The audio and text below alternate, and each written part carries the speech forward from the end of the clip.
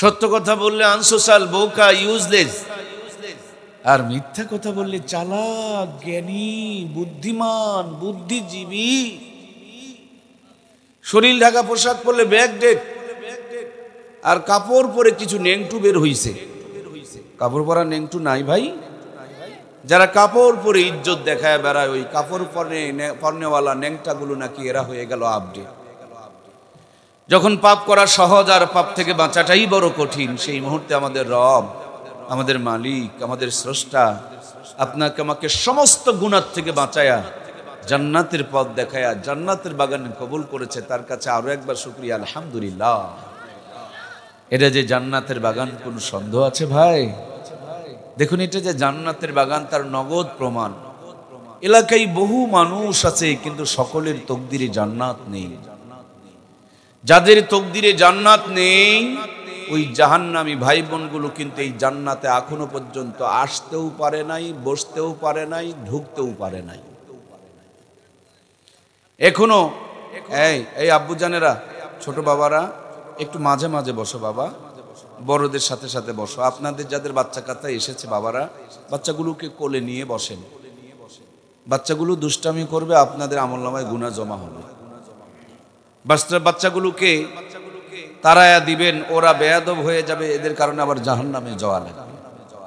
খালি বাচ্চার জন্ম দিলে হবে না ভাই, বাচ্চাকে কর্মও শিখাতে হবে। সব বলুন ঠিক কিনা? একটা মাছ পানি ছাড়া বাঁচে না। একজন মুসলমান আল্লাহর কোরআন থেকে দূরে থাকতে পারে? আর হাতটা দিন না প্রিয় ভাইয়েরা, যা আছে আলহামদুলিল্লাহ, সুম্মা আলহামদুলিল্লাহ। ভাইজান, একটা মাছ কি পানি ছাড়া বাঁচে? একজন মুসলমান কি করে কোরআন থেকে দূরে থাকে? সুতরাং বিনীত অনুরোধ রইল, যদি আপনার জন্ম মুসলমানের ঘরে হয়ে থাকে, আপনি যদি নিজেকে মুসলমান দাবি করে থাকেন, আপনার শরীরে যদি মুসলমানের রক্ত থেকে থাকে, কোরআনের দাবিও, আল্লাহ তুমি আমাদেরকে কোরআন ওয়ালা মুসলমান হওয়ার তৌফিক দান করো, বলুন আমিন। বড়ই খুশি হয়েছি, অত্যন্ত ভালো লেগেছে। সংগঠনের নাম হচ্ছে ইসলামী এলমে রাহবার। এলমে রাহবার মানে জ্ঞানের পথ প্রদর্শক। শুরুতে ইসলাম, ইসলামী জ্ঞানের পথ প্রদর্শক। আলহামদুলিল্লাহ বলবেন না? আল্লাহ এই পথ ধরে আমাদেরকে জান্নাতে কবুল করে নিও, বলুন আমিন। বন্ধুরা আমার, আপনাদের এখানে যখন আসছিলাম, তখন আমাদের দ্বিতীয় মেহমান যিনি ছিলেন, আমার হারুনুর রশিদ ভাই, আমার খুব কাছের একজন প্রিয় বন্ধু মানুষ, আমাদের জুবাইর ভাই, একসাথে বাইতুল্লাহর খেদমতে আমরা করি, অত্যন্ত মহাব্বতের মানুষ। জাহিনুর ভাই, সেও আত্মার একজন প্রিয় ভালোবাসার মানুষ। আমি বলছিলাম, ওনারা আমাকে আপনাদের দিনাজপুর এগিয়ে নিতে যেতে চেয়েছিলেন। আমি বললাম যে অত কষ্ট করে আসতে হবে না, আপনি মোবাইলে আমাকে একটা লোকেশন পাঠায় দেন, আমি লোকেশন ধরে ধরে আপনাদের কাছে চলে আসব। আমাকে লোকেশন পাঠালো, আমি দেখলাম এখানে যেন একটা কোথায় লিচু বাগান আছে, লোকেশনে লেখা আছে লিচু বাগান। তারপরে আশপাশের গ্রাম, কোনটা উঁচু জায়গা, কোনটা নিচু জায়গা, কোনটা বিল, কোথায় ব্রিজ, সব দেখাচ্ছে। কয়টা রাস্তা আছে সব দেখাচ্ছে। আমি জয়পুরহাট থেকে দেখলাম যে 3 ঘন্টা সময় লাগবে। যখন রওনা করব, ভাইও যা আছে আলহামদুলিল্লাহ ভাই, আর নাড়াচাড়া করিয়েন না, একটু প্লিজ আপনার অ্যাটেনশন প্লিজ, আমার দিকে একটু মনোযোগী হন। তাহলে আমি জয়পুরহাট থেকে দেখলাম 3 ঘন্টা সময় লাগবে। লোকেশন ধরে ধরে আমি আপনাদের খেদমতে চলে আসলাম। আমাকে যদি বলেন মুর্তজা ভাই আপনার বাসা কোন জায়গায়, আমি বলবো আমার বাড়ি নওগাঁয়। নওগাঁতে গিয়ে দেখবেন আমার বাড়িঘর কিচ্ছু নেই, আমার বাবার একটা বসত বাড়ি আছে। ওয়ারিশ সূত্রে আমি ওই বাবার সন্তান হিসাবে নিজেকে নওগাঁর নাগরিক দাবি করি। আমাদের বাবার বাবা আদি পিতা সাইয়্যিদিনা হযরতে আদম, বলুন না আলাইহি ওয়াসাল্লাম, তার বাড়ি কোন জায়গায়? জান্নাতে। আমরা কি আদমের সন্তান নয়? তাহলে আমরা সবাই আদমের সন্তান। আমাদের বাড়ি কোন জায়গায় ভাই? জান্নাতে। আদম আলাইহিস সালামের পিঠে আল্লাহ তাআলা আমাদের রূহগুলোকে রেখে দিয়েছিলেন। জিজ্ঞেস করেছিলেন, আমি কি তোমাদের রব নয়? আমরা বলেছিলাম কলু, কিও ভাই জানেন না গো? কলু বালা, নিশ্চয় আপনি আমাদের রব। তাহলে আমি যে নওগাঁ থেকে এসেছি, মাহফিল শেষ করে কি আমাকে নওগাঁ যেতে হবে না? ও আমার জান্নাতি ভাইয়েরা, সবাই আমরা জান্নাত থেকে এসেছি, দুনিয়াদারি শেষ করে কি আমাদেরকে জান্নাতে যেতে হবে না?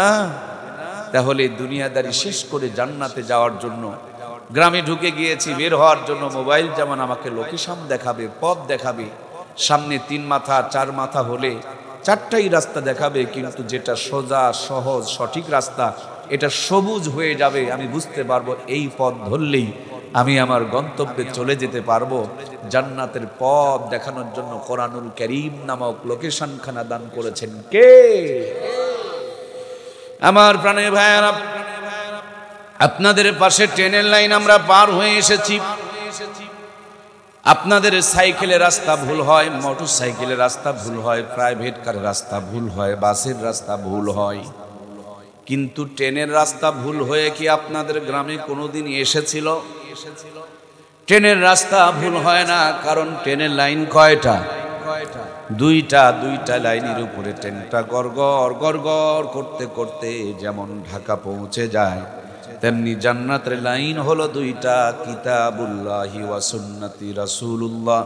জীবনের শুরুতে শেষে আর মাঝ বয়সে জাহান্নামী গামী মানুষগুলোকে, পথ ভোলা মানুষগুলোকে কোরআন সুন্নাহর 2টা লাইনের উপর যদি তুলে দিতে পারেন, ইলমি ইসলামী ইলমি রাহবরের পথ ধরে যদি কোরআন সুন্নাহর লাইনে তুলে দিতে পারেন, 60-70 বছরের জিন্দেগি পাড়ি দিয়া আল্লাহর জান্নাতের বান্দা বান্দিগুলো, আদমের সন্তানগুলো আবার আল্লাহর জান্নাতে পৌঁছে যাবে।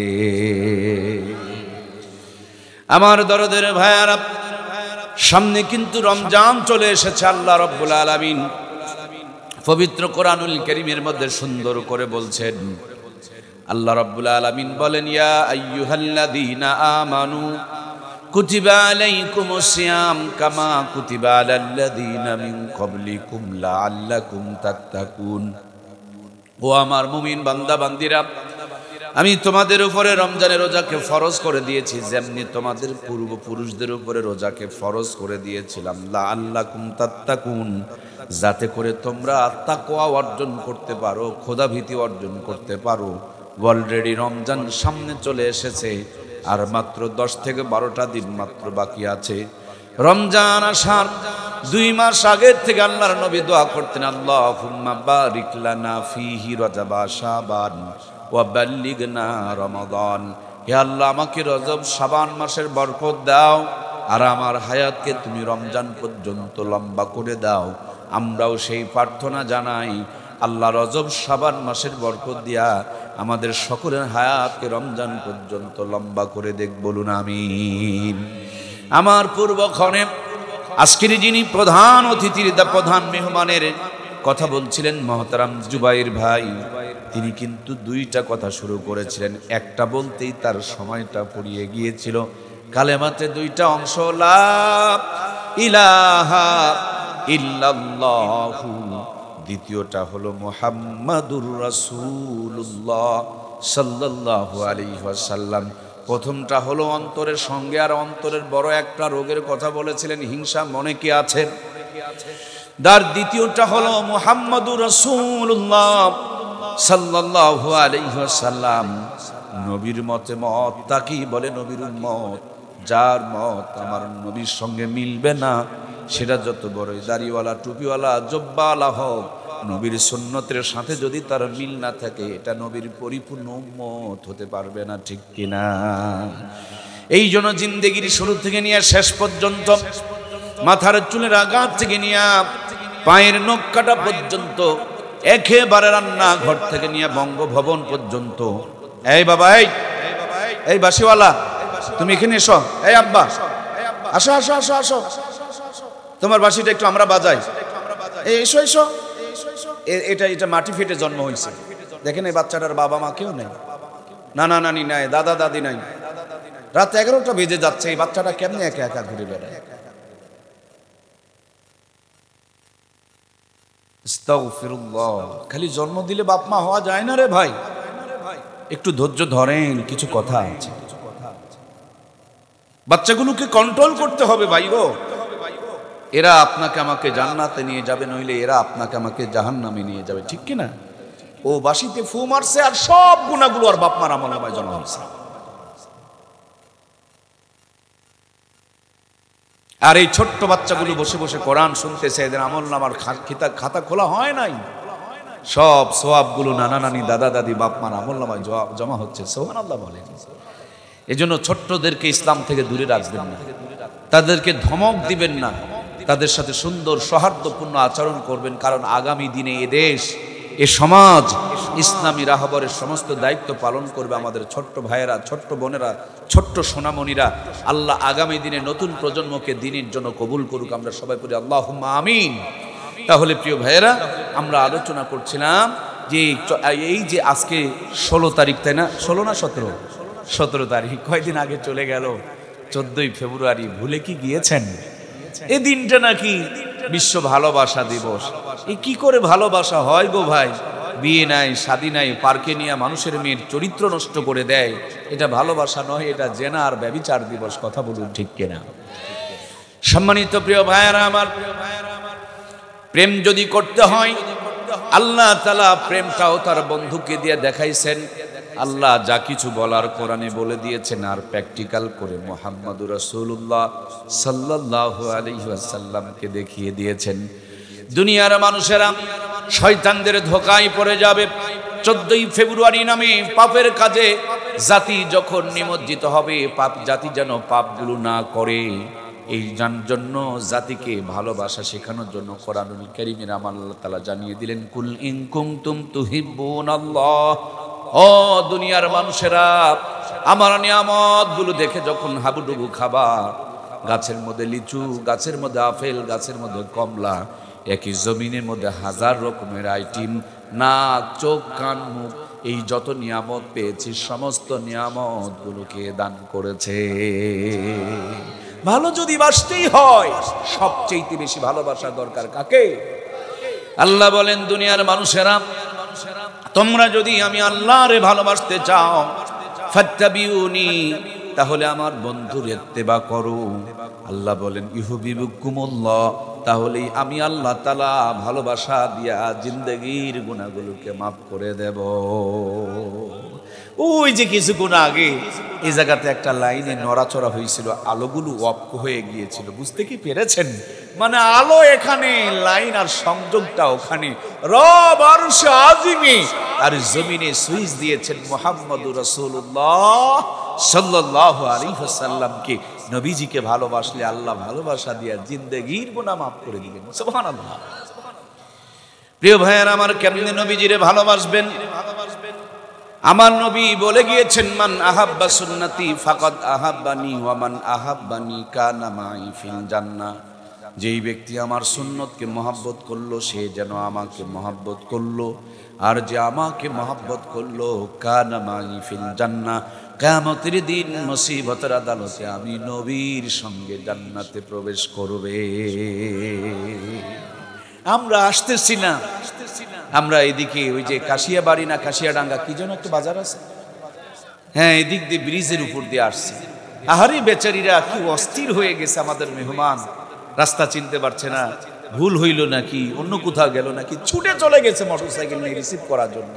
আমরা তাদেরকে দেখে অন্তরটা ভরে গেল, কলিজাটা খুশি হয়ে গেল যে আমাদেরকে রিসিভ করতে এসেছে, আমাদের জন্য আমাদের প্রিয় ভাইয়েরা অপেক্ষায় রয়েছে। ও দরদের ভাই, তোমাকেও জান্নাতে রিসিভ করার জন্য একজন অপেক্ষায় আছে।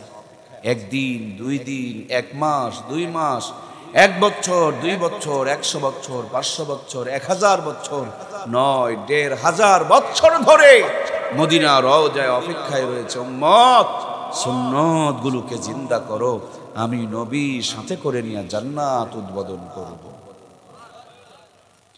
নবীর মতে মত, তারই বলে নবীর উম্মত। যে নবীর সুন্নত গুলোকে জিন্দা করবে, আল্লাহ নবী বলেন তাকে সাথে করে নিয়ে আমি জান্নাত উদ্বোধন করব। সুবহানাল্লাহ।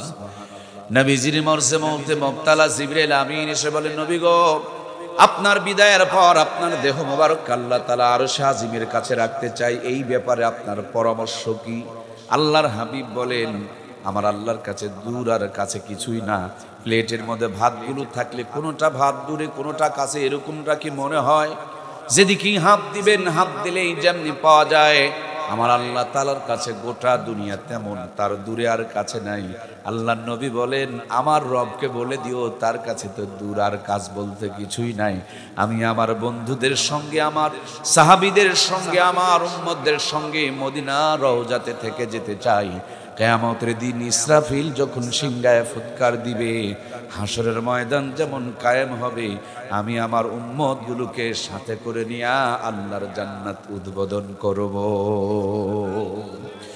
ও আমার প্রিয় ভাইয়েরা, কোন নবীর উম্মত আপনি জানেননি? যে নবীর উম্মত হওয়ার কারণে দুনিয়াতে এসেছি আমরা সবার পরে, কিন্তু জান্নাতে যাব সবার। যারা যারা কথা বললেন না তারা কি জানেন না? একটু কথা বলুন ভাই, হয়তোবা বেশি করে বিড়ি টেনে ফেলেছেন, এই জন্য মুখ দিয়ে হক কথা বের হচ্ছে না। সাদাকে সাদা বলুন, কালোকে কালো বলুন। গীবত শিকায়েত করার জন্য জবান শুধু নয়, এই জবান হলো হক কথা বলার জন্য। যদি জবানে হক কথা চালু থাকে, প্যারালাইসিসের ডায়াবেটিস জবানকে কেড়ে নিতে পারবে না। মৃত্যু পর্যন্ত কালেমা নসিব হবে, জবানটা সচল থাকবে। আল্লাহ কোরআনের পক্ষে আমাদের জবানগুলোকে কবুল করুক, আমরা পড়ি আমিন। দুনিয়াতে এসেছি সবার পরে, কিন্তু আমরা জান্নাতে যাব সবার। দুনিয়াতে বাঁচবো কম, আমাদের চাইতে দুনিয়াতে কোনো নবীর উম্মত কম বাঁচবে না। আমরা দুনিয়াতে সব চাইতে কম বাঁচবো, কিন্তু সব চাইতে বেশি নেকি আমরাই কামাই করব। সুবহানাল্লাহ বলেন। এলাম পরে, জান্নাতে যাব আগে, বাঁচবো কম, সওয়াব বেশি। কারণ হলো আমাদের একটা পরিচয় আছে, এই পরিচয়টা হলো আমরা মুহাম্মদুর রাসূলুল্লাহ সাল্লাল্লাহু আলাইহি ওয়াসাল্লামের উম্মত। এই জন্য পরে সে আগে জান্নাতে যাব, কম বেচে বেশি সওয়াব কামাই করব। এজন্য ভাইয়েরা আমার, জিন্দেগির প্রত্যেকটা কাজ যেন নবীর সুন্নত তরিকায় হয়। আল্লাহর হাবিব বলেছেন, কিয়ামতের পূর্বক্ষণে যখন উম্মতদের মাঝ থেকে সুন্নতগুলো বিলুপ্ত হয়ে যাবে, উম্মতগুলো যখন সুন্নত ছেড়ে দিবে, সুন্নত থেকে মানুষ যখন দূরে চলে যাবে, আল্লাহর হাবিব বলেন, তখন কেউ যদি একটা মরা সুন্নতকে জিন্দা করে, আমার আল্লাহ তাআলা এক একটা সুন্নতের বিনিময় 100 শহীদের সওয়াব আমলনামায় দান করে দেবে। এখন যদি বাজারে লিচু পাওয়া যায়, লিচু চিনেন কি আপনারা? আগেকার যে যখন মৌসুমের লিচু আর এখনকার লিচু কি এক সমান দাম? তখনকার এক ঝোকার, এখনকার এক পিস। কারণ এখন মৌসুম নয়, বাজারে লিচু পাওয়া যায় না, দাম বেড়ে যায়। নবী বলেন, যখন সুন্নত কমে যাবে, সুন্নত হারিয়ে যাবে, উম্মত সুন্নত বাদ দিয়ে জাহিলিয়তের মধ্যে ঢুকে পড়বে, তখন কেউ একটা সুন্নত জিন্দা করলে আল্লাহ 100 শহীদের সওয়াব তার আমলনামায় দান করে দেবে। সুবহানাল্লাহ। এজন্য প্রিয় ভাইয়েরা, সুন্নত আমল করা বড়ই সহজ। কত দামি নবী দিলেন আমার আল্লাহ, তিনি আপনাকে আমাকে হাসিটারও নমুনা শিখিয়ে দিয়েছেন। নবীজি আর হযরত আলী এক প্লেটে বসে খেজুর খাইতেছেন। আল্লাহর হাবিব খেজুরগুলো খায় আর হযরত আলীর দিকে বিচিগুলো ফেলে দেয়। খেজুর যখন খাওয়া শেষ হয়ে গিয়েছে, নবীজি আমার মুস্কি একটা হাসি দিয়া বলেন, আজকে খেজুর হযরত আলী অনেকগুলো খেজুর খেয়েছে। আলী তো আর কম নয়, তিনি আবার উল্টা হাসি দিয়া বলে, জি জি, আমি তো বেশি খেজুর খেয়েছি, কিন্তু কেউ যেন খেজুরও খাইছে, বিচিও খাইছে। সুবহানাল্লাহ বলবেন না? আরে ইয়ার কি করবেন যে এটার নমুনা নবী দেখিয়েছে। সুবহানাল্লাহ বলবেন না ভাই? যদি টয়লেটে যান, বাথরুমে যেতে চান, সেটারও সুন্নত আছে। যদি প্রেম করতে চান, এই প্রেমেরও নমুনা আছে। একটু ধৈর্য নিয়ে বসুন, আপনাদের খেদমতে আমার অনেক জরুরি গুরুত্বপূর্ণ কিছু আলোচনা আছে। যদি জীবন সঙ্গিনী খুঁজতে চান, বান্ধবী খুঁজতে চান, সংসার করার জন্য বউ খুঁজতে চান, ওই বউটা কেমন হবে সেই নিয়েও নবীর সুন্নতের নিদর্শন আছে না? না, আজ ম্যাক্সিমাম পরিবারের স্বামী আর স্ত্রীর মধ্যে দ্বন্দ্ব, কলহ এবং বিবাদ বিরাজ করতেছে। আজ থেকে 50 বছর আগে আমাদের দাদারা কাঁচা চুল নিয়ে কবরে গেছে, দাদিরাও কাঁচা চুল নিয়ে কবরে গেছে, আর আমরা অল্প বয়সে চুল পেকে যায়, মানে স্বামী বউকে নিয়ে খুশি না, বউ স্বামীকে নিয়েও খুশি না। যুবকেরা চিন্তা করতেছে, আহারে এখনো পর্যন্ত একটা বিয়ে করতে পারলাম না, এটা একটা জীবন হলো। শীতের দিনে ল্যাব গরম হয় না, কি আফসোস তাদের। আর যারা বিয়ে করেছে তারা চিন্তা করছে, আহারে গলার মধ্যে একটা ফাঁস লাগায়া নিলাম, ইয়ে কি চিজ হ্যায়। যারা বিয়ে করে নাই তারা চিন্তা করছে, হায় হায় এ কি করলাম। আর যারা বিয়ে করেছে তারাও চিন্তা করে, হায় হায় এ কি করলাম। তার মানে দিল্লি কা লাড্ডু বরাবর, জু খায়া ও ভি পস্তায়া, জু না খায়া ও ভি পস্তায়া। মানে পস্তানির কোনো শেষ। আমার মায়েদেরও কষ্টের শেষ নাই। মায়েদের সবচেয়ে বড় কষ্ট হলো, এই দুনিয়াতে যত মা জন্মগ্রহণ করেছে শতকরা ৮০ থেকে ৯০% মেয়ে কোনোদিন ভালো স্বামী তারা পায় নাই। মেয়েরা যখন শাশুড়ি হয় তাদের বউ খারাপ, আর বউ হলে শাশুড়ি খারাপ। যদি ননদ হয় তাহলে দেখবেন ভাবি খারাপ, আর ভাবি হলে ননদ খারাপ।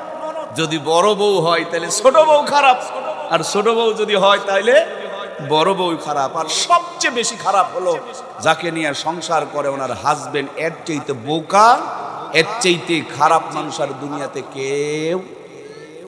এটা হলো মায়েদের সবচেয়ে বড় কষ্ট। আল্লাহর নবী, আমার পূর্বের আলোচনা আমাদের সম্মানিত ছোট্ট ভাই বন্ধুবর হারুন রশিদ আলোচনা করছিলেন, মেয়েদেরকে নবীজি জাহান্নামে বেশি দেখে আসছিল। আপনাদেরকে মনে আছে? আমি ভিতরে থাকলেও কান দিয়ে শুনছি। যতগুলো কারণে মেয়েরা জাহান্নামে বেশি থাকবে তার অন্যতম কারণ এরা হলো অকৃতজ্ঞ। আর যতগুলো মানুষের কাছে অকৃতজ্ঞ হয় সবচেয়ে বেশি তারা স্বামীর নাশুকরিয়া আদায় করে, অকৃতজ্ঞতা আদায় করে। যে স্বামী জীবন বিলিয়ে দেয় এই স্বামীর প্রতি দেখবেন বেশিরভাগ মেয়েরা খুশি নাই। পৃথিবীতে সবচেয়ে কঠিন কাজ হলো মানুষ চিনা। এর চাইতে কঠিন কাজ কিচ্ছু। এখানে যতগুলো জ্ঞানীগুণী মানুষ আছেন বলেন তো কে মরদের বেটা আছেন যে মানুষ চিনতে পেরেছেন? মরে যাবেন কিন্তু মানুষ চিনতে পারবেন না। মানুষের যে কত রূপ হয় তা বোঝা বড় মুশকিল। বিপদে যখন পড়বে তখন টাকা ধার নিতে আসবে, টাকা ধার দিদার সময় দেখবেন আপনার পায়ে মনে হয় একেবারে চুমা খাবে, আর ধার তোলার সময় কয় না রে, কয় না। বুঝবেন কত মাসের কত তারিখ এবং কি কি। এজন্য মানুষ চেনা বড় কঠিন। এজন্য সরকার কইছে 18 বছর আগে ভোট দিও না, ওকে নেতা নির্বাচন করতে দিও না, ভুল করে ফেলবে। মানুষ চেনা বড় কঠিন। 18 বছর আগে চিনতে পারবে না, এজন্য বলছে 18 বছর পরে সাপোর্ট দিয়ে ভালো মানুষকে নির্বাচন করিও। আমরা হুজুরদেরকে সিল মারতে চাই না, যত মুসারু তাসারু গাঁজারু আর মদারুগুলোকে নেতা বানায়, আর আমরা ভালো সমাজ পাই। ওই গাঁজারুরা কি ভালো সমাজ দিবে ভাই? সম্মানিত প্রাণপ্রিয় ভাইয়েরা আমার, সবচেয়ে কঠিন কাজ হলো মানুষ চেনা। কথা কিন্তু মনে রাখবেন, তার চাইতে কঠিন কাজ হলো মেয়ে মানুষ চেনা, মহিলা চেনা। এই জন্য 18 বছরে বিয়ে করা যায়, কিন্তু 25 বছরের আগে বিয়ে করা ঠিক নয়। কারণ মানুষ চেনার চাইতে মহিলা চেনা বড় কঠিন। অনেকেই বলেন আকাশের রং আর মেয়েদের মন। ওরা খারাপ ছেলের কাছে ছ্যাঁকা খাবে আর ভালো ছেলেগুলোকে ধোকা দিবে। কি গো যুবকেরা নাই নাকি? পাংখুর প্রেমে পড়বে, পাশার থেকে ফ্যান খুলে যায়, চোখের নিচে কালো দাগ, গাঁজা খায়, এর সাথে ইটিস পিটিস করে চরিত্র ইজ্জত বিলিয়ে দিবে, আর ভালো ছেলেগুলোকে তারা ধোকা দিবে। কথা বলুন ঠিক কিনা? একজন নিশাখোর, সে নিজের দামই চেনে না, নিজের গুরুত্ব দিতে পারে না। সে যদি নিজেকে চিনতো, নিশা খেয়ে খেয়ে নিজের জীবনটাকে এভাবে নষ্ট করে দিতে পারত। যে নিজেকে চেনে না তার কাছে কেমনে তুমি নিজেকে সফর্দ করে দাও? কোনোদিন দাম পাবা না। সুতরাং মা বোনগুলোকে বলবো, সমস্ত নিশাখোরগুলোকে বয়কট করতে হবে। তাইলেই দেখবেন বাংলার জমিনে মা বোনরা ইচ্ছা করলে নিশার থেকে জাতিকে ফিরাইতে পারে। কথা বলুন ঠিক কিনা? মেয়েরা জাগা মতন ব্রেক মারে না, ব্রেক মারে অজাগায়। তোমার মা বাড়িতে থাকলে আমি থাকবো না, হয়তো তোমার মা থাকবে, নয়তো আমি থাকবো। ভাবিও, ও ভাবি, যখন কঠিন মুহূর্তে স্বামী আপনার কাছে যাবে, আপনি মুখের মধ্যে হাত লাগায় কষা একটা ব্রেক মারেন, মুখের থেকে পচা বিড়ির দুর্গন্ধ বের হয়, অন্তিম মুহূর্তে যারা বিয়ে করেছেন আমাকে একটু দয়া করে বলবেন, বউ যদি ওই টাইমে কষা ব্রেক মারে, পরের দিন ওই লোকটার কি বিড়ি খাবে? কোনো দিন বিড়ি খাবে না। কিন্তু ওই জায়গাতে ব্রেক তারা মারে না। ব্রেক মারে জি, ওই জায়গাতে ব্রেক মারলে কেউ বিড়ি খাবে না। আপনি বললেই হবে না আমারও বউ আছে, আমি তো কেবল আকাশ থেকে নাজিল হই না। ব্রেক মারার মতন ব্রেক মারতে হবে। আল্লাহ আমার মা বোনগুলোকে স্বামীকে ভালো করার জন্য কৌশল অবলম্বন করা তৌফিক দান করুক, বলুন আমিন। আমার প্রিয় ভাইয়েরা, বিশেষ করে যুব সমাজ আয়োজন করেছেন, আল্লাহ যুবকদেরকে জান্নাতের পথে কবুল করুক, বলুন আমিন। প্রিয় বন্ধুরা, আমার সবচেয়ে কঠিন কাজ হলো মানুষ চিনা, এর চেয়ে কঠিন কাজ হলো মেয়ে মানুষ চিনা, আর তার চেয়ে কঠিন কাজ হলো নিজের বউ চিনা। বিয়ে করেছেন 50 বছর, হঠাৎ খালি পান ভুল করে আসবেন, দেখবেন বাড়িতে কেমন ঝড় ওঠে। তোমার সাথে বিয়ে হয়ে জিন্দেগিতে শান্তি পেলাম না, 90% মায়েদের মুখের এটা আওয়াজ, কথা বলুন ঠিক কিনা? আমি হয়েই কেবল তোমার বাড়িতে ভাত খাচ্ছি, অন্য মানুষ হলে কতদিন আগে তোমার মুখে হিসু করে দিয়ে চলে যেত। আল্লাহ আমার মা বোনগুলোকে এই জাতীয় কথাবার্তা বলার থেকে হেফাজত করুক, বলুন আমিন। এ সমস্ত কথা যখন মুখের মধ্যে তোলে তখনই ওই মেয়েটার জন্য জাহান্নাম অবধারিত হয়ে যায়। সম্মানিত প্রিয় মায়েরা আমার, আপনারা ভেবেছেন হুজুর আমাদের বিরুদ্ধে কথা বলছেন না গো মা। আমিও তো কোনো মায়ের সন্তান, মায়েদেরকে সম্মান করতে বলেছেন আমার নবী। নবীর কাছে এক সাহাবী গিয়ে বললেন, নবী গো খেদমত করব কার? আল্লাহর হাবিব বললেন তোমার মার। দ্বিতীয়বার আবার বললেন তোমার মার। তৃতীয়বারেও গিয়ে বললেন তোমার মার। চতুর্থবারে গিয়ে বলেছেন তোমার বাবার। আমরা পুরুষ জাতি, আমাদের পায়ের নিচে জুতা স্যান্ডেল মাটি, আর আমার মায়েরা এত খাঁটি, মায়ের পায়ের নিচে সন্তানের জন্য বেহেশত বানিয়ে রেখেছেন কে? ও আমার দরদের মায়েরা, আব্বাজান আদমকে আল্লাহ বানালেন জান্নাতের বাহিরে, আর বরাম্মা হাওয়াকে আমার আল্লাহ তাআলা নিজেই তার কুদরতি হাত দিয়ে বানালেন জান্নাতের ভিতরে। বাবাকে বাহিরে, মাকে ভিতরে বানায়া জান্নাতের ভিতরে জায়গা দিয়া মায়েদেরকে স্পেশাল করে মর্যাদা দান করলেন। তিনি কে? সম্মানিত প্রাণপ্রিয় মায়েরা আমার, এই জন্য জীবনকে সুন্দর করতে হলে, সাউন্ড বেড়ে গেল কেন গো? বাহিরে সাউন্ডটা এইভাবে আসতে শুরু করলো কেন ভাই?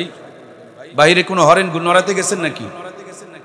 আমার প্রাণপ্রিয় ভাইয়েরা, আমরা আলোচনা করছিলাম আল্লাহ রাব্বুল আলামিন আব্বাজান আদমকে বানালেন জান্নাতের ভিতরে, জান্নাতের বাহিরে আম্মাজান হাওয়াকে বানালেন জান্নাতের বাহিরে, বাবাকে ভিতরে আর মাকে বাহিরে বানায়া সাউন্ডগুলো 2-3টা হওয়ার কারণে আমি তো রেকর্ডিং করা ক্যাসেট না, আমার কথা আমি নিজেই বুঝতেছি না, পরবর্তী কথা আর খুঁজেই পাচ্ছি না। আল্লাহ আমাদেরকে কোরআনের জন্য কবুল করো, আল্লাহ আমাদের সুন্দর একটা পরিবেশ উপহার দান করো। আমরা সবাই করি আল্লাহুম্মা আমিন। কেউ মেকার সাহেব একা একা অটো কি চ্যানেল নড়ে যাচ্ছে নাকি? সুপারগুলো আটা লাগাই দাও যেন নড়াচড়া না করে। আমার বেশি ভালো লাগবে না, খারাপ যেন না হয়, তাইলেই চলবে। কষ্ট হচ্ছে কি আপনাদের? ভাই একটু ধৈর্য নিয়ে বসুন। আমার এই এলাকায় খুব কম আসা হয়েছে, এলাকায় বহু দাওয়াত গেছে কিন্তু ডায়েরি ফাঁকা ছিল না, আসতে পারি নাই। যেহেতু ভালো একটা সংগঠনের পক্ষ থেকে এসেছি, আপনাদের কিছু দিয়ে যেতে চাই। আপনারা আছেন তো ইনশাল্লাহ? তাহলে আমরা আলোচনা করছি যে জীবনটা শুরু করবেন নেগেটিভ আর পজিটিভ তার দিয়ে। এই জন্য আল্লাহ নবী বলেছেন যখন বিয়ে করতে যাবা 4টা গুণ দেখে তার বিবিকে পছন্দ করবা, জীবন সঙ্গিনী পছন্দ করবা। নবী আমার বলেন দুনিয়ার সব নিয়ামত, উত্তম নিয়ামত হলো নেককার বিবি। যার সব আছে, ঘরে একটা নেককার বউ নাই, তার চাইতে কপাল পোড়া দুঃখিনী হতভাগা দুনিয়াতে কেউ। আর যার কিছুই নাই, ঘরে একটা নেককার পরহেজগার আল্লাহওয়ালা বিবি আছে, খবর নিয়ে দেখো বন্ধু, সে যেন দুনিয়াতে জান্নাতের সুখের মধ্যে আছে। জোরে বলুন না সুবহানাল্লাহ। এই জন্য নবীজি বলেন 4খান গুণ দেখে বিয়ে করো। কয়টা? দয়া করে বলুন আমার সঙ্গে কয়টা? 1 নম্বর গুণ সৌন্দর্য দেখে বিয়ে করো। যার নয়নে যাকে লাগে ভালো তার সাথে তাকে বিয়ে দিয়ে দাও। কিন্তু দুর্ভাগ্য, বিয়ে করব আমি, বউ পছন্দ করে আমার দুলা ভাই। কি ও দিনাজপুরের ভাইয়েরা? আরে আমি বিয়ে করব, দুলা ভাই বউ পছন্দ করার কে হে? মিষ্টি তুমি খাও না, আর আমার মিষ্টি ছাড়া চলে না। কল্লা ভাজি দিলে তোমার খাবার বন্ধ, আর কল্লা ভাজি দিলে আমার স্টার্ট। জীবন সংসার করব আমি, বউটা আমার পছন্দ মতন হতে হবে, যাকে দেখে ভালো লাগে, যার প্রতি প্রেম জাগে তার সাথে আমাকে বিয়ে দাও। পরকিয়া বাড়িতে ঢুকবে না। টাকা বাড়ি সংসার আর নেতৃত্ব দেখে আমার ঘরে যদি একটা বোঝা চাপায়া দাও, ওই পরিবারে কোনোদিন শান্তি আসতে পারে? এজন্য বাপ মাকে সাথে নিয়ে জীবন সঙ্গিনী নির্বাচন করা সুন্নাহ। এটা দোষের কিছু নয়। এখন তো যুবকেরা বিয়েই করবার চায় না। বলবো কি, যুবক ভাইয়েরা বিয়ে করতে চায় না। 3 কারণে আমার দেশের যুবকেরা বিয়ে করতে চায় না। বলবো ভাই, 1 নম্বরের কারণ, বিনা টাকায় যদি দুধ পাওয়া যায় গাভী কিনে ঝামেলা টানা দরকার। ওয়াজ বোঝে নাই রে, এই যে কত দামি কথা কইছি, বোঝে নাই। বিনা টাকায় যদি দুধ পাওয়া যায় গাভী কিনে ঝামেলা টানা দরকার, এর জন্য যুবকেরা বিয়ে করতে চায় না। 2 নম্বরের কারণ, ওনার বান্ধবী আছে 17টা, সবগুলো 3টা 4টা করে সিম ব্যবহার করে, একটাও সিঙ্গেল। চিন্তা করছে এগুলোকে নিয়ে পার্কে যাওয়া যায়, কিন্তু বৌমা বানায়া বাড়িতে নিয়ে আসা যাবে না। এগুলো বৌমা হবে না, এগুলো হবে বোমা। আরে ওয়াজ বোঝে না রে, একটু হানা বলো রে যুবক ভাইয়েরা।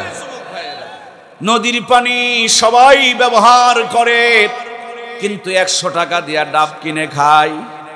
নদীর পানি ব্যবহার করে কিন্তু খাওয়া যায়। ওরা পার্কে নিয়ে ঘোরাঘুরি করে, কিন্তু বয়স 35-40 হয়ে যায়, বিয়ে করার জন্য বউ খুঁজে পায় না। হিসাব করে মিলায় দেখছে এগুলো বৌমা হবে না, এগুলো হবে বোমা। আমি আমার বোনগুলোকে বলতে চাই, তোমরা বোমা হইও না, তোমরা বৌমা হওয়ার চেষ্টা করো। নারিকেল আর ডাবের মতন হও, ছিলা কলা না হইয়া ভালো কলা হও। দোকানে সাজায় রাখবে, টাকা দিয়ে কিনে নিয়ে যাবে, মোহরানা দিয়ে বিয়ে করে রাজরানী বানায় রাখবে। কথা বলুন ঠিক কিনা? 3 নম্বরে যেই কারণে যুবকেরা বিয়ে করতে চায় না, এই 3 নম্বরের জায়গাটা হলো মোবাইল ফোন দখল করে নিয়েছে।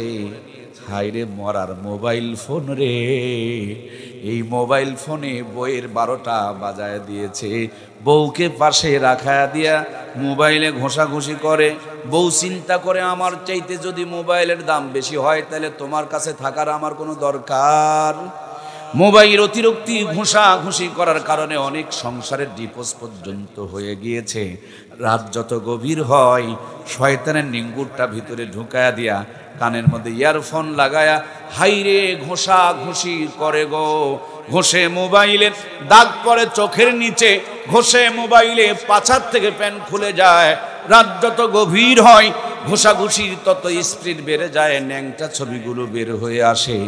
ন্যাংটামি দেখতে দেখতে যৌবন কুরবানি হয়ে যায়। শেষবেলা দাদাই বিয়ে করতে চায়, নানাই বিয়ে করতে চায়, নাতি বিয়ে করার কথা শুনলে ভয় পায়। মানে মোবাইল ঘুষতে ঘুষতে তার যৌবনের ব্যাটারির চার্জ ফুরিয়ে গেছে। ঠিক কিনা? সম্মানিত ভাইয়ারা আমার, নবী আমার বলেন 3 কাজে দেরি করিও না। এই 3 কাজের একটি কাজ হলো, যখন ছেলে আর মেয়ের বিয়ের বয়স হয়ে যাবে, আল্লাহ নবী বলেন তাড়াতাড়ি করে বিয়ে করায় দাও। আমাদের বাপ মায়েরা প্রেম করতে দিবে, কিন্তু বিয়ে করার বেলায় বোঝার পরও না বোঝা হয়ে থাকবে। কথা বলুন ঠিক কিনা? হাজী সাহেব, আপনি যাবেন বাইতুল্লাহ হজ করতে, আপনার ছেলে আর মেয়ে যাবে পার্কের মধ্যে আকাম কুকাম করতে। বাইতুল্লাহ তোয়াফ করবেন, ওদিক দিয়ে নেকি হবে, আর এদিক দিয়ে পার্কের গুনাহগুলো ঘাড়ের মধ্যে চেপে যাবে। এই জন্য বাবা মাদের উচিত হলো একটা নেককার বিবি দেখে ছেলেটার জীবন সঙ্গিনী বানায়া দাও। একটা তার দিয়ে আলো জ্বলবে না, একটা তার দিয়া মাইক কথা বলবে না, একটা তার দিয়া ফ্যান ঘুরবে না। এই জন্য 2টা তার যেমন দরকার। জীবনকে সুন্দর বানানোর জন্য একার কামাই দিয়ে কোনোদিন সুন্দর হবে না। নেগেটিভ আর পজিটিভ, পুরুষ আর মহিলার দরকার আছে না নাই? আমার আল্লাহ তাআলা সেই জন্য বলেন, হুন্না লিবাসুল লাকুম ওয়া আনতুম লিবাসুল লাহুন্না। পুরুষ হলো মহিলার পোশাক, আর মহিলা হলো পুরুষের পোশাক। আল্লাহর হাবিব বলেছেন, বিয়ে শাদীকে সহজ করে দাও, জেনা ব্যভিচার কমে যাবে। আমার বাংলার জমিনে বিয়ে শাদীকে কঠিন করা হয়েছে, এই জন্য জেনা ব্যভিচার বেড়ে চলতেছে।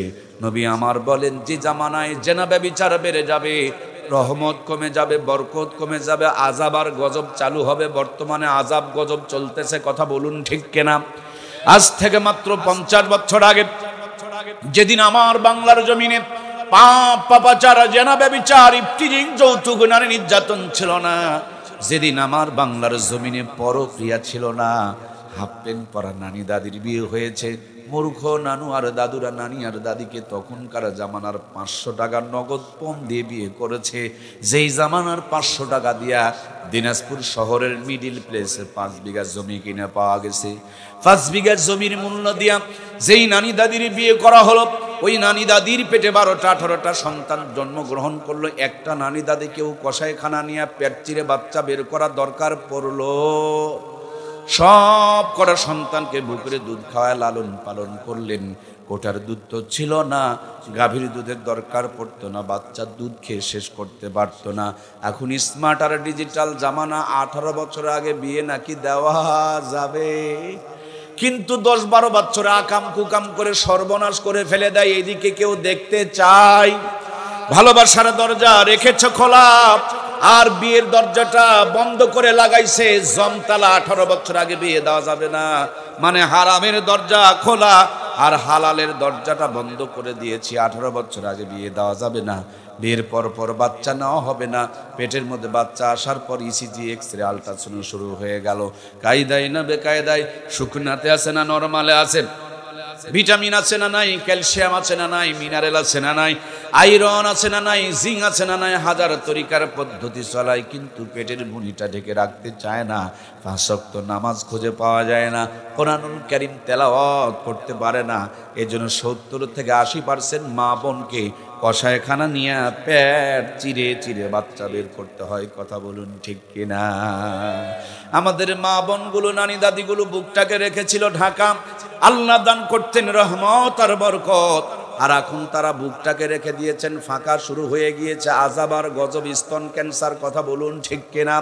আমার সম্মানিতা প্রাণপ্রিয় মা বোনেরা, বিনীত অনুরোধ রাখতে চায় দরদের মায়েরা, সেদিন বগুড়াতে একটা মাহফিল থেকে নামার পর ছোট্ট একটা বাচ্চা তুলে দিয়ে বললেন, হুজুর বাচ্চাটাকে বাতাস লেগেছে, একটু পানি পরা দেন। আমি জিজ্ঞেস করলাম কেমনে বাতাস লাগলো গো? ওরা বলেন আমরা ভাজা পোড়া বানাইছি, খাইতে খাইতে বাচ্চারা দৌড়াদৌড়ি করেছে, তার জন্য বাতাস লেগেছে। আমি আশ্চর্য হয়ে যাই, এতটুকু বাচ্চা ভাজা পোড়া খাইতে খাইতে বাহিরে গেলে যদি বাতাস কুতাস লাগে রে। এমনি তো আমাদের মা বোনগুলো ফর্সা, আমরা পাচ্ছি না তেমন কোনো ভরসা, তারপরও বিউটি পার্লারে গিয়া সাজুগুজু করতেছে। মুসলমানের পোশাক বাদ দিয়া কিরণমালা কটকটি আর পাখির পোশাক ধরেছে। রাত মানে না, দিন মানে না, সকাল বিকালের কোনো তাওয়াক্কা করে না, খালি টোটো কোম্পানি ম্যানেজারের মতন ব ব ব ব ব ব করে পাইচারি করে। ছোট্ট বাচ্চা ভাজা পোড়া খাইতে খাইতে বাহিরে গেলে যদি বাতাস কুতাস লাগে গো। এভাবে বেহায়ার পোশাক পরে বুক পিট বের করে বাংলার জমিনে মা বোনগুলো অর্ধনগ্ন পোশাক পরে ঘোরাফেরা করে। এদের ন্যাংটাপনার কারণে, নগ্নপনার কারণে, বেহায়াপনার কারণে, বেপরদাপনার কারণে আল্লাহর আযাব আর গজবের বাতাস লাগে কি লাগে না? লাগে লাগে লাগে। আযাব আর গজবের বাতাসে কাল বৈশাখী ঝড় আসে, আযাব আর গজবের বাতাসে খাবারের স্বাদগুলো হারাই গিয়েছে। আজ থেকে 50 বছর আগে এই ন্যাংটামির আযাব গজব ছিল না। এক বাড়িতে মাসকালার ডালের তেলানি হয়েছে, গোটা গ্রাম যেন গন্ধে মোহিত হয়ে পড়েছে। একদিন আতপ চালের বিরিয়ানি খেলে 2 দিন পর্যন্ত হাত থেকে সুঘ্রাণ বের হয়েছে। মূর্খ নানু আর দাদুরা দিনাজপুর শহর থেকে 5 টাকা 6 টাকা স্যার ইলিশের মাছ কিনে নিয়ে এসেছেন, পুকুরের ঘোলা পানি দিয়ে ধৌত করে খেরের চুলায় বসে মূর্খ নানি আর দাদি রান্না করেছেন। আহারে স্বাদ আর মজা! একদিন ইলিশ মাছ খাইলে 3 দিন পর্যন্ত হাত থেকে সুঘ্রাণ বের হয়েছে। ওই নানি দাদিদের স্মৃতিচারণে পহেলা বৈশাখ উদযাপন করি আমরা। 6 টাকার কেজি ইলিশের মাছ 6000 টাকা দিয়ে আমদানি করে নিয়ে আসতেছি আমরা। নরমাল চুলা ভেঙে দিয়ে গ্যাসের চুলা ঢুকিয়েছি আমরা। মূর্খ নানি দাদিদের নাতনিদেরকে এমএ পাস করিয়েছি আমরা। সাধারণ মশলা বাতিল করে রাঁধুনি গুঁড়া মশলা ব্যবহার করতেছি আমরা। কত যে উন্নতি করেছি, গুনতে গুনতে রাত ফুরিয়ে যাবে, কিন্তু গণনা শেষ হবে না। যোগ বিয়োগ মিলায় দেখেন, খাবার সময় নাকে নিয়ে চেক করতে হয় ইলিশ না সিলভার কাপ, কথা বলুন ঠিক কিনা? আগে কি সুন্দর দিন কাটাইতাম, কি যুবক ভাইরা নাই নাকি গো? আগে কি সুন্দর দিন কাটাইতাম আমরা, আগে কি সুন্দর দিন কাটাইতাম। ফজর যখন হইতো মুয়াজ্জিন আযান দিত, মধুরা জান শুনে বিছানা ছাড়িতাম আমরা, মধুরা জান শুনে ঘুম ছাড়িতাম।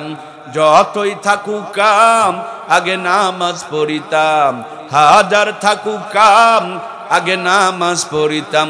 নামাজ পড়িয়া কোরআন পড়িতাম আমরা, নামাজ পড়িয়া তেলাওয়াত করিতাম। আগে কি সুন্দর দিন কাটাইতাম আমরা, আগে কি সুন্দর দিন কাটাইতাম। জোরে বলুন মারহাবা। তাহলে কয়টা গুণ দেখে বিয়ে করতে হবে ভাইয়েরা? 4টা। 1 নম্বর গুণ, সুন্দর দেখে বিয়ে করতে হবে। এক একজনের চোখে এক একজনকে সুন্দর বানিয়েছেন কে? যাকে দেখে ভালো লাগে না তাকে দেখে দেখবেন কারো আবার ভালো লাগা হয়ে যাবে। এই জন্য নিজের বউটাকে পছন্দ করার জন্য ইসলাম অধিকার দিয়েছে। সুবহানাল্লাহ বলি। এখন কোনটা ফর্সা কোনটা কালা চিনাও বড় জ্বালা। কালা কালা মেয়েগুলো বিউটি পার্লারে যায়, 18 বস্তা ময়দা মেখে ফর্সা হয়ে যায়। কালার ধলা চিনাও বড় দায়। কথা বলেন ঠিক কিনা? আমি আমার যুবক ভাইদেরকে শিখায়া দিতে চাই, বউ দেখতে গেলে সাথে যাবেন, শরম না করে দেখতে এসেছেন ভালো করে দেখবেন। আপনি বলবেন আমার হবু বউটাকে আমার সাথে ওযু করতে দেন, আমার সামনে ওযু করবে আর আমি ওযু করা দেখব। কারণ আমি বৌমা নিয়ে যেতে চাই, আমি বৌমা নিয়ে যেতে রাজি।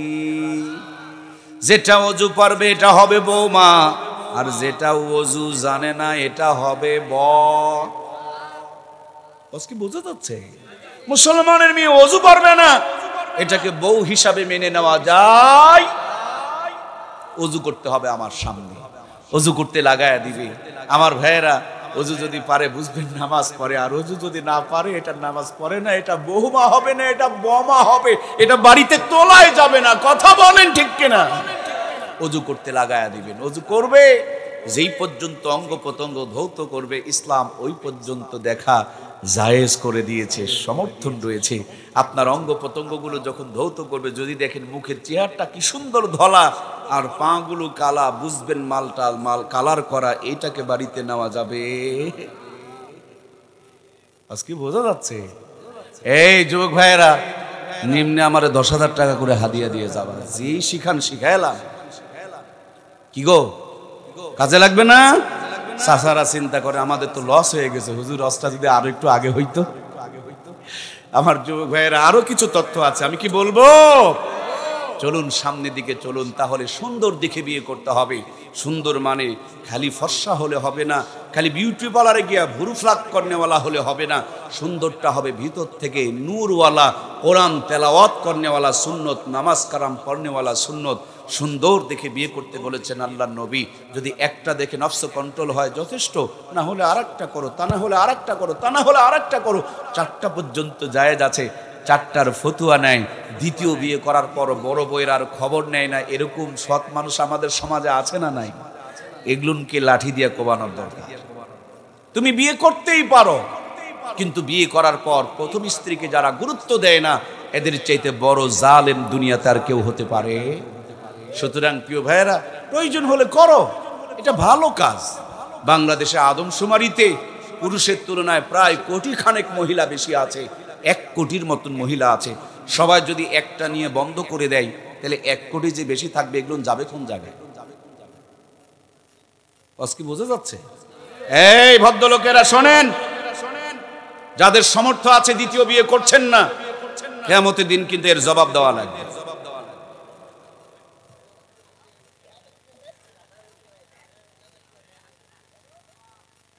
খারাপ মনে করলেন ভাই? ইনসাফের কথা বলেন।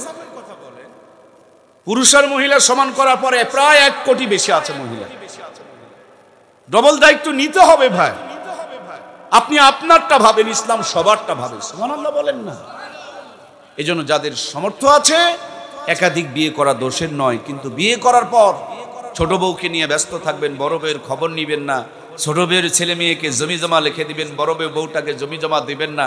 এরকম জুলুম করা যাবে না। ইসলাম সব জায়গাতে ইনসাফ কায়েম করতে বলেছে। আল্লাহ তাআলা ইসলামকে সবার জন্য মানার তৌফিক দান করুন, বলুন আমিন। ভাইয়ের আমার, তাহলে 1 নম্বর কারণ, 1 নম্বর নিয়ামত সেটি হলো সুন্দর দেখে বিয়ে করতে হবে। 2 নম্বর যেই গুণটা দেখে বিয়ে করতে হবে সেটি হলো বংশ। বংশ দেখে বিয়ে করা লাগবে। নিচু বংশের মেয়ে উঁচু বংশে যদি জায়গা পায়, দেখবেন চুলকানি অ্যালার্জি বেড়ে যায়, তখন চিন্তা করে মুই কি হনু রে। ওয়াজ কি বোঝা যাচ্ছে? কিছু কিছু মেয়ে বিয়ের পর চিন্তা করে মুই কি হনু রে, ছিলাম কোথায়, এলাম কোথায়, যাবো কোন জায়গায়। বিয়ের পর খালি স্বামীর কান পরা দেয়, হিনু হব, একটু থাকবো না, চলো চলো দিনাজপুর যাব। এরকম কান পরনেওয়ালা দেনেওয়ালা বৌমার নামে বোমা আমাদের সমাজে আছে না নাই? মেয়েটা একবারও ভেবে দেখলো না আমার স্বামীটাকে পেটে রেখেছিল কে, কষ্ট করে ডেলিভারি করলো কে, দুধ খাওয়ালো কে, লালন পালন করলো কে, চাকরিটা নিয়ে দিল কে, ব্যবসায় প্রতিষ্ঠিত করলো কে। যারা এতদিন কষ্ট করলো, আমি বিয়ের পর যদি স্বামীটাকে নিয়ে আলাদা হয়ে যায়, আমার চাইতে বড় নাফরমান আল্লাহর জমিন আর কেউ সামান্যতম মানুষের রক্ত ভিতরে থাকলে একজন মহিলা বিয়ের পর তার স্বামীকে নিয়ে আলাদা হয়ে যেতে পারে। আল্লাহ আমার মা বোনগুলোকে স্বামী ভক্ত, স্বামীর পরিবারের লোকজনের সাথে ভালো ব্যবহার করা তৌফিক দান করুক। আমরা সবাই পড়ি আমিন। এই জন্য নবীজি বলেন বংশ দেখে বিয়ে করো। ভালো বংশের মেয়েরা এত বড় নিমক খারাপ হবে না। আল্লাহ আমাদের ভালো বংশে যাওয়ার তৌফিক দান করুক, বলুন আমিন। 3 নম্বরে নবী আমার বলেন তোমরা সম্পদ দেখেও বিয়ে করো।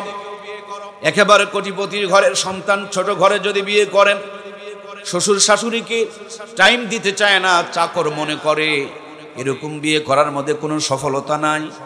আবার যদি ছোট পরিবারের ছেলেটার কোটিপতির মেয়েকে ভাগায় নিয়ে আসে, দেখবেন সে কোনোদিন বইয়ের কাছে দাম পাবে, সারা জীবন তাকে চাকরের মতন থাকা লাগবে। এই জন্য নবীজি বলেন কুফু দেখে বিয়ে করো, মোটার চিকুন্দরিতে গিরা লাগাইতে যেও না।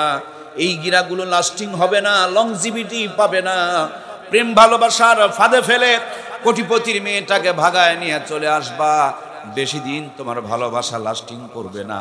যেদিন অভাব জানালা দিয়ে ঢুকবে, ভালোবাসা দরজা দিয়ে দৌড় মারবে, তখন বিরহের গান গাওয়া লাগবে।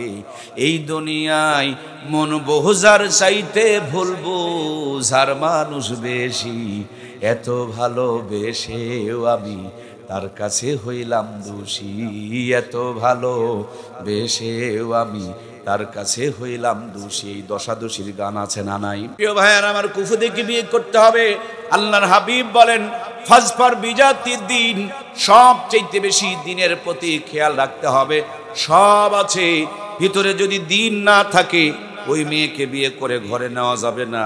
আর কিছুই যদি না থাকে, ভিতরে যদি দিন থাকে, দিনদার একটা মহিলাকে ঘরে নিয়ে আসেন, আপনার ভাঙা ঘরটাকে জান্নাতের টুকরা আমার আল্লাহ তাআলা বানায়া দিবে। আমার প্রাণপ্রিয় ভাইয়েরা, তাহলে 4খান গুণ দেখে বিয়ে করতে হবে। বিয়ের দিকে তাকিয়ে দেখুন, মেয়ের বাবাকে বলা হয় 500 বরযাত্রী নেওয়া লাগবে। এটা হলো ছোট লোকে একটা আচরণ। আপনি দাওয়াত দিয়েছেন, আপনার বাড়িতে খাওয়াবেন, 500 বরযাত্রী নিয়ে বিয়ের বাড়িতে যাওয়া যাবে? তোমার মেহমান ওর বাড়িতে কেন নিয়ে যাবা? সর্বোচ্চ বিয়াই বাড়ি বলে তুমি অধিকার নিয়ে 10টা 20টা নিয়ে যেতে পারো। 500টা বরযাত্রী নিয়ে মেয়ের বাড়িতে যাওয়া, এটা ডিজিটাল কায়দার একটা জুলুম। কথা বলুন ঠিক কিনা? আমরা মাঝে মাঝে শুনি বিয়ে বাড়িতে গোস্তের পরিমাণ কম হলে মারামারি পর্যন্ত লেগে যায়। বরিশাল এলাকায় মাথায় এত জোরে বাড়ি মারছে, মরে গেছে। সম্মানিত প্রাণপ্রিয় ভাইয়েরা আমার, বিয়েতে দেখবেন গায়ে হলুদের নাম দিয়া মেয়েটাকে হলুদ মাখায় একটা যুবতী মেয়েকে এইভাবে ডলাডলি সবার সামনে করা যাবে? আবার পুরুষটাকে মালকাস মারায়া এলাকার যত ভাবি আছে সবগুলো ডলাডলি করে, আছে না নাই? এটাও ইসলাম সমর্থন করে না। দেখবেন গায়ে হলুদের দিন দুপুর বেলা পাতিলের কালিগুলো নিয়ে ঘষাঘষি করে, ডলাডলি করে, দৌড়াদৌড়ি করে, আছে না নাই? সম্মানিত প্রাণপ্রিয় ভাইয়েরা, বিনীত আহ্বান আপনাদের খেদমতে যেটুকু জানাতে চাই, যেই বিয়েতে সুন্নত থাকবে সেই বিয়েতে রহমত আর বরকত থাকবে। যেই বিয়েতে সুন্নত থাকবে না সেই বিয়েতে কোনোদিন রহমত আর বরকত বিরাজ করবে না। নবী আমার বলেন যেই বিয়েতে খরচ কম সেই বিয়েতে বরকত বেশি। জোরে বলেন না সুবহানাল্লাহ। আর আমরা মনে করি 90 লক্ষ টাকা মোহরানা, 1500 টাকা নাকের ফুল বাবদ নগদ, অবশিষ্ট টাকা বাকি কিয়ামত পর্যন্ত ফাঁকি ওর দাদাও দেয়নি, বাপও দেয়নি, নিয়ত করছে উনিও দিবে। যদি দেওয়া লাগতো তাইলে 90 লক্ষ টাকা মোহরানা নির্ধারণ করত। এই ধোকাবাজ বিয়ের বেলাতেও গিয়া ধোকাবাজি করে, 90 লক্ষ টাকা মোহরানা নির্ধারণ করে 1,500 টাকা পরিশোধ করে বাকিটুকু পরিশোধ করে না। বাসর ঘরে গিয়া বউয়ের কাছে মাপ চাই। এর চাইতে ছোট লোক দুনিয়াতে আর কেউ। তোর মোহরানা দেওয়ার ক্ষমতা নাই, বিয়ে করছস কেন রে ভাই? বিয়ে করার তো দরকার নাই, রোজা রাখ। ইসলাম এই ফুটানিগুলো পছন্দ করে না। আপনি যতটুকু পারবেন মোহরানা নির্ধারণ করবেন, মোহরে ফাতেমি নির্ধারণ করবেন, পরিশোধ করবেন। বিয়ে করার পর মোহরানা বাকি রাখা যাবে না। মেয়েটাকে শেখায়া দেয় মোহরানা টাকা স্বামীকে মাফ করে দিও, নইলে জেনার গুনাহ হবে। মেয়েটা নিরুপায় হয়ে বাসর ঘরে মোহরানার টাকা মাফ করে দেয়। 20 বছর সংসার চলতেছে, 4টা ছেলে জন্ম হয়েছে। হঠাৎ করে স্বামী আর স্ত্রীর মধ্যে গন্ডগোল বেঁধে গিয়েছে। স্বামী বেচারি বলছে, তোমার পথে তুমি যাও, আমার পথে আমি যাই, তোমার আমার কোনো সম্পর্ক নাই, তোমার আমার কোনো সম্পর্ক নাই। ও বাবার বাড়ি যাওয়া বাদ দিয়া আপনাদের দিনাজপুর কোর্টে চলে যায়।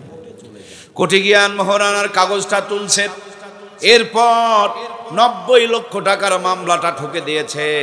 ভাইয়ের আমার, বাসর ঘরে যদি মাফ হয় তাইলে কিন্তু মামলা হবে।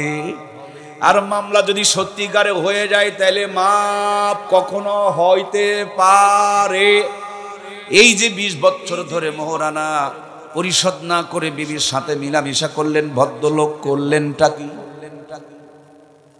এই যে 4টা সন্তান জন্ম দিয়েছেন, আসলে ঘটনাটা কোন জায়গায় পেঁচ লাগছে? আপনি বলেন ডানে, সন্তান চলে যায় বামে, কারণটা কি? ঘটনাটা কি? ঘটনাটা হলো মোহরানা পেমেন্ট সব পেমেন্ট করে, কিন্তু মোহরার টাকা যারা পরিশোধ করে না, কিয়ামতের দিন জেনাকারের কাতারে তাদেরকে দাঁড়াইতে হবে। কথা বলুন ঠিক কিনা? এই জন্য মোহরানা পরিশোধ করতে হবে। সম্মানিত প্রাণপ্রিয় ভাইয়েরা, সব জিনিস জানে, কিন্তু বিবির সাথে মিলামিশা করার যে সুন্নত তরিকা, এর জন্য একটা নিয়ম আছে, এটা করার জন্য একটা যে দোয়া আছে, নবীর যে সুন্নত একটা পদ্ধতি আছে, এটা জানে না। নবী আমার বলেন, ভরা পেটে নয়, রাতের শুরুতে নয়, শোরগোলের ভিতরে নয়, রাত যখন গভীর হবে, পেট যখন হালকা হবে, ওযু ইস্তেঞ্জা টয়লেট বাথরুম সেরে নিবে, মেসওয়াক করবে, সুগন্ধ ব্যবহার করবে, হালাল বিবির সঙ্গে যখন মিলিত হতে যাবে দোয়া খান পড়ে নিবে, আল্লাহুম্মা জান্নিবনা শাইতানা। বাকিটুকু বলবো না, ওটুকু সকলকে শিখতে হবে, নইলে বিয়ে করা যাবে। আল্লাহ রে, কেউ যে কথা কয় না। তাহলে এই এলাকার মানুষ কি ওই ভালোবাসার দোয়া জানে না? এক চাচায় কয়, হুজুর ওই সময় কি দোয়া পড়ার টাইম? দোয়া কি আর মনে থাকে? আমি বলি, চাচা কেন থাকবে না, সব জায়গাতে দোয়া পড়তে হবে। আমরা মুসলমান, A to Z পুরা জিন্দেগি আমাদের ইবাদত। সুবহানাল্লাহ বলেন। আমার প্রিয় ভাইয়েরা, মিলামিশার পরে বিছানায় শুধু পড়ে থাকবেন তা নয়, আপনি মিলামিশা শেষ করে জলদি করে গোসল করে নিবেন। গোসলের ফরজ কয়টা অনেকেই জানে, অনেকেই জানে না। কেউ বলে 6টা, কেউ বলে 9টা। যদি জিজ্ঞেস করেন গোসল নিয়ত কি, মাঝে মাঝে বলেন নাওয়াইতুন গোসলা, সাবান দিয়া কসলা। আবার যদি বলেন গোসলের 3টা ফরজ, বলেন তো কি কি? কখনো কখনো বলে নঙ্গি, গামছা এবং সাবান। এই যদি হয় আমাদের অবস্থা, আমরা পবিত্র হতে পারবো না। আর পবিত্র না হলে ওযু হবে না, ওযু না হলে গোসল, ওযু না হলে নামাজ হবে না। আর নামাজ যদি না হয় তাহলে কি দোয়া কবুল হবে? প্রিয় ভাইয়েরা আমার, গোসলের ফরজ হলো মাত্র 3টা। ভালোভাবে কুলি করা, নাকের নরম জায়গা পর্যন্ত পানি পৌঁছানো, সমস্ত শরীর সুন্দর করে ধৌত করা। আগেকার মা বোনেরা পবিত্র না হয়ে সংসারের কোনো কাজে হাত দিত না, এই জন্য সংসারগুলোতে রহমত আর বরকত বিরাজ করত। আর এখন বিয়ে পাশ করেছে, MA পাশ করেছে, কিন্তু গোসলের ফরজ। এই জন্য নাপাক গায়ে চলাফেরা করে। টাকা আছে, পয়সা আছে, বিল্ডিং আছে, বাড়ি আছে, গাড়ি আছে, মনের শান্তি একটাই মাত্র কারণ, তারা নাপাক গায়ে চলাফেরা করে, রহমত আর বরকত বিরাজ নিয়ে ও রহমত আর বরকত উঠে চলে গিয়েছে। সম্মানিত প্রাণপ্রিয় ভাইয়েরা, জীবনের প্রত্যেকটা ক্ষেত্রে নবীর সুন্নতগুলোকে আমল করা দরকার আছে না না? পেটে যখন সন্তান চলে আসলো, প্রিয় মা, বেশি করে নফল রোজা রাখুন, বেশি করে তাহাজ্জুদের নামাজ পড়ুন, বেশি করে আল্লাহওয়ালাদের জিন্দেগি পড়ুন, কোরআন তেলাওয়াত করুন। আপনার পেটের উপরে, পেটের সন্তানের উপরে জান্নাতে রহমত আর বরকত বর্ষিত করবেন কে? কিন্তু আমার মায়েরা পেটের সন্তান আসার পর বেশি করে কটকটির সিরিয়াল দেখা শুরু করে দেয়। কটকটির সিরিয়াল দেখলে পেটের সন্তানটা কটকটি মার্কা হবে, পেটের সন্তানটা শাহজালাল, শাহপ্রাণ, শাহ মাকদুম মার্কা হবে না। পেটের মধ্যে সন্তান নিয়ে মার্কেটে যায়, পেটের ভুঁড়ির উপরে কাপড় তাদের খুঁজে পাওয়া যায় না, এই জন্য তাদের পেট থেকে শাহজালাল, শাহপ্রাণ, শাহ মাকদুম পয়দা হয় না। আমার মায়েদের সব দোষ দিলে চলবে না। দেখেন আমরা যখন জামা বানাই, আমাদের জামাগুলো ফুল হাতা, বেগম সাহেবারা জামা বানায়া দেয়, তখন বানায়া দেয় হাফ হাতা। নিজে জামা বানায় পেট ঢাকা, বাড়ি আলির জামা বানায় তখন পেটের অর্ধেকটা পর্যন্ত ফাঁকা, নিজে জামা বানায় বুক পর্যন্ত ঢাকা, আর বেগমের জামা বানায় দিলে বুকের অর্ধেকটা পর্যন্ত ফাঁকা। যদি বলেন ওরে বোকাই, এত যত্ন করে কেন নিজের পেটের নারী ভুঁড়ি প্রসাব পায়খানাকে রেখেছো ঢাকা? কি আছে তোমার পেটের ভিতরে? তেল আর চর্বি, নারী আর ভুঁড়ি, এগুলোকে যত্ন করে রেখেছো ঢাকা। আর পৃথিবীর শ্রেষ্ঠ নিয়ামত আল্লাহর জান্নাতের সম্পদ যেই মা বোনের পেট দিয়ে দুনিয়াতে আগমন করবে, ওই ফ্যাক্টরি আর কারখানাকে গুলোকে যদি আমরা রেখে দেই ফাঁকা, সেই পেটে কোনোদিন শাহজালাল, শাহপ্রাণ, শাহ মাকদুম পয়দা হবে না। চিটার বাটপার লুচ্চা গুন্ডা পয়দা হবে। এরা কোরআনের হাফেজ হতে পারবে না। বুড়া বয়সে বাপ মাকে মারপিট করে বাড়ির থেকে বের করে দিবে। কথা বলুন ঠিক কিনা? এই জন্য সম্মানিত প্রাণপ্রিয় মায়েরা আমার, পেটের সন্তান নিয়ে বেশি করে আল্লাহর কাছে রোনাজারি করুন, তাহাজ্জুদ পড়ুন, নফল নামাজ পড়ুন, কোরআন তেলাওয়াত করুন। আপনার পেটের মধ্যে আল্লাহ তাআলা আল্লাহওয়ালা সন্তান দিবেন। আপনাকে কষায় খানায় যাওয়া লাগবে না, পেট চিরে বাচ্চা বের করা লাগবে না। সুম্মা সাবিলা ইয়াসসারা, মায়ের ছোট্ট প্রসবের রাস্তাকে প্রশস্ত করে দিয়ে আল্লাহ তাআলা দুনিয়াতে আসার ব্যবস্থা করে দিবেন। দুনিয়াতে আসার পর ডান কানে আজান দিতে হবে, বাম কানে একামত দিতে হবে। কেন ডান কানে আজান আর বাম কানে একামত দিতে হবে? এই জন্য ডান কানে আজান আর বাম কানে একামত দিতে হবে, কারণ দুনিয়াতে এসে সন্তানের ডান কানে আজান, বাম কানে একামত যখন পাবে, ওই সন্তানকে কোনো নাস্তিকেরা আর ধোঁকা দিতে পারবে না, ভুলভাল বুঝাইতে পারবে না। কারণ ডান কানে সুন্নতের মোহর পড়ে গেল, বাম কানে সুন্নতের মোহর পড়ে গেল। আজান একামত যদি আমাদের সন্তানদের ডান কানে বাম কানে না হয়, খেয়াল করে দেখবেন প্রিয় ভাইয়েরা আমার, নাস্তিকেরা যা শিখায়া দিবে মুসলমানের সন্তানেরা সেটাই বলতে শুরু করে দিবে। মাঝে মাঝে বলে হুজুরদের গালে গালে জুতা মারো, তালে তালে, তার মানে ওর বাপের সাথে মায়ের বিয়া যেই হুজুর পড়াইছে সেই হুজুরদের গালে গালে জুতা মারতে চায়, তার মানে তার ডান কানে আজান বাম কানে একামত হয়। কখনো কখনো শুনতে পাই, বিগত দিনে আমরা শুনতে পেতাম কিছু কিছু নাস্তিক বলতো ফজরে আজান যখন শুনে মনে হয় বেশ্যা তার খরিদ্দারকে ডাকে, নাউজুবিল্লাহ বলেন। আবার আরো একজন নাস্তিক বলেছিল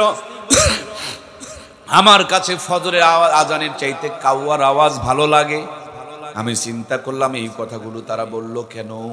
পরে হিসাব মিলিয়ে দেখলাম পতিতালয়ে যেই সন্তানগুলো জন্মগ্রহণ করে এদের ডান কানে আজান বাম কানে একামত হয় না। জন্মের পর পতিতাদের আওয়াজ কানে যায়, তার জন্য ওই আওয়াজই মৃত্যুর আগ পর্যন্ত ভাসে। কথা বলুন ঠিক কিনা? পরবর্তীতে হিসাব করে দেখলাম ওদের আজানের চাইতে কাউয়ার আওয়াজ ভালো লাগে কেন? এখন জানতে পারলাম কিছু অবৈধ সন্তান জন্ম হওয়ার পর যাদের বাপ মার পরিচয় নয় তাদেরকে ডাস্টবিনের কাছে ফেলে দিয়ে আসা হয়। ডাস্টবিনের কাছে গিয়া কাউয়া থাকে, এদের আজান হয়নি, একামত হয়নি। প্রথমে কানের মধ্যে আজান একামতের পরিবর্তে কাউয়ার আওয়াজ গিয়েছে, এই জন্য মৃত্যুর আগ পর্যন্ত তাদের কানে কাউয়ার আওয়াজই ভাসতেছে। এই জন্য প্রিয় ভাইয়েরা আমাদের জন্মের পর সন্তানগুলো ডান কানে আজান বাম কানে একামত দেওয়ার দরকার আছে না নাই? যদি দিতে না পারি সুন্নতের প্রথম ডোজ মিস হয়ে যাবে আমাদের ছেলে মেয়ে জন্ম হওয়ার পর। হযরত সময় শেষ হয়ে গেছে কি? এখন বেজেছে 12টা 4 মিনিট। কষ্ট হচ্ছে কি আপনাদের? আল্লাহ আমাদেরকে কোরআনের জন্য কবুল করুক, বলুন আমিন। এখনই আমরা দোয়া করব, দোয়ার জন্য প্রস্তুতি গ্রহণ করি। যারা দূরে বাহিরে আছি ভিতরে চলে আসি, দাঁড়ানো ভাইরা বসে পড়ি। আজকের আলোচনার মূল থিম সারমর্ম ছিল নবীর সুন্নত মানলে উম্মত হতে পারবো, আর উম্মত হলে নবীর সাথে জান্নাতে যেতে পারবো। আমরা সুন্নতওয়ালা উম্মত হতে চাই তো ইনশাআল্লাহ? কারা কারা রাজি? দুইটা হাত তুলে আমার আল্লাহকে দেখায়, লিল্লাহে তাকবীর। হাতগুলো এভাবে একটু নাড়া দেন। আর শাজিম থেকে আমার রব দেখছেন মদিনা রওজায় আল্লাহর হাবিবকে সম্প্রচার করে দেখানো হচ্ছে। আলো বাতাস সাক্ষী হয়ে থাকতেছে। এই ময়দান সামিয়ানা সব আমাদের জন্য কিয়ামতের দিন নাজাতের সাক্ষী দিবে। আল্লাহ, আমরা তোমার নবীর খাঁটি উম্মত হতে চাই, আমাদেরকে সুন্নতওয়ালা জিন্দেগি দান করে দাও। আমরা পড়ি আমিন। ভাইয়েরা আমার, হাত নামান। মাত্র আর 2 মিনিট কথা বলবো আপনাদের সামনে, ধৈর্য নিয়ে বসুন। অনেক দামি কথা বলবো। আপনাদের এলাকায় লিচু হয় না ভাই? লিচু যেন পোকা না হয় তার জন্য কিন্তু সমানে বিষ দেওয়া হয়। আমার একটা লাল মোটর সাইকেল ছিল, হঠাৎ করে নিচের দিক দিয়ে তেল পড়তে শুরু করলো। একটু ধৈর্য নিয়ে শোনেন। তো মেকারের কাছে নিয়ে গেলাম, ছিদ্র বন্ধ করে আমাকে বললেন যে ভাই খালি ট্যাঙ্কি ফুল করলে হবে না, মাঝে মাঝে ওয়াশ করবেন, ভিতরে ময়লা গাদ জমে আবার ট্যাঙ্কি ছিদ্র হয়ে যাবে। আমাদের 3.5 হাত বডিটা চালানোর জন্য পেট নামক ট্যাঙ্কিটা কে দিয়েছেন দরদের ভাইয়েরা? আর ওখানে তেল নামক এই রিজিক জন্য হাজার হাজার আইটেমের খাবারগুলো দান করেছেন কে? আল্লাহ দিলেন নিয়ামত, আমরা বানালাম গজব। সেদিন দেখছি যে কলাগুলোকে পানির মধ্যে চুবড়াইতেছে আর ট্রাকের মধ্যে ঢুকাইতেছে, তার মানে ফরমালিনে চুবড়ায়া নিতেছে। লোড দেয় কাঁচা, ঢাকা যেতে হয়ে যায় কলা পাকা। এই কলা খেলে ক্যান্সার পর্যন্ত হতে পারে। কলাওয়ালা সারাদিন কলা বিক্রি করে, জিন্দেগিতে একটা কলা খায় না, কারণ এটা খাওয়া যাবে। সারাদিন কলা বিক্রি করে উনি কিনতেছেন আপেল। আপেলওয়ালা উনিও জানে যে এটাও আর আপেল না, এটাও ফরমালিনের ডিব্বা। গাছের থেকে পাড়ার আগে একবার, পেরে জমিনে বিছায় আর একবার, প্যাকেটিং করতে করতে আর একবার, প্যাকেটিং থেকে বের করে দোকানে সাজায় ফিস ফিস করে মারে। ওর মধ্যেও কিন্তু মাল মারা থাকে। আমার প্রাণপ্রিয় ভাইয়েরা, আগে ফলের দোকানে মশা মাছি দেখা যেত। সত্যি করে বলেন, এখন কি মশা মাছি আছে? মানে এমন মারা মারছে, মশা মাছি ধারে কাছে ভিড়তে পারে না। আগেকার ডাক্তারেরা বলতো যেটাতে মশা মাছি বসে সেটা খেও না, আর এখনকার ডাক্তার বলে যেটাতে মশা মাছি বসে না এটার ধারে কাছে যেও না। আমাদের মিশিং এর চাইতে মশা মাছিদের নাকের পাওয়ারকে আল্লাহ তাআলা অতিরিক্ত বেশি বাড়িয়ে দিয়েছেন। সুবহানাল্লাহ বলেন। তার মানে উনি আপেল খায় না, সারাদিন আপেল বিক্রি করে। কলা আর কলাওয়ালা, বলেন না, কলাওয়ালা একে অপরকে বিষ খাওয়াইতেছে। আমরা ভালো মানুষ, বেগুন লাগাইছি, সন্ধ্যাবেলা স্প্রে করি, বেগুনের উপরে পরে আর ভিতরের পোকা মরে। প্যাকেটে লেখা আছে 1 সপ্তাহ আগে খাওয়া যাবে না। সন্ধ্যাবেলা স্প্রে করে, সকালবেলা তুলে বাজারে নিয়ে যায়, 7টার ভিতরে বেগুন ভর্তা পেটের ভিতরে মোচড় শুরু হয়ে যায়। মানে এভাবে না খেয়ে এইভাবে আমরা বিষগুলো খাই। কথা কি বোঝা যাচ্ছে ভাই? আমি কয়টা আম গাছ লাগিয়েছি, এত পোকার জ্বালা। আপনার ওই বিষের দোকানদারের কাছে গেলাম, উনি বলছেন গাছের গোড়ায় দানা বিষ দাও। ভাই একটু ধৈর্য নিয়ে শোনেন, অত্যন্ত চমকপ্রদ একটা কথা শোনাচ্ছি। তো উনি আমাকে বললেন যে গাছের গোড়ায় দানা বিষ দেন। আমি বললাম পোকা লাগছে মাথায়, আর বিষ দিতে কয় গাছের? আপনার কি মাথা খারাপ? সে বলছে না, এটা গোড়ায় দিলেও মাথায় কাম করে। আমি আশ্চর্য হয়ে গেলাম, গোড়ায় দিলেও মাথায় কাম করে, সেই ফল আমরা খাই। আমাদের বডির মধ্যে কি বিষ আর ফরমালিন গুলো ঢুকে না রে ভাই? বিষ, ফরমালিন, কেমিক্যাল ঢুকে আমাদের বডিটা নষ্ট হয়ে গিয়েছে। ব্যথা, চোখের পাওয়ার কম, দাঁত নষ্ট হয়ে যায়, মাথার চুল পেকে যায়, 50 বছরে বেঁকা চেকা হয়ে যায়।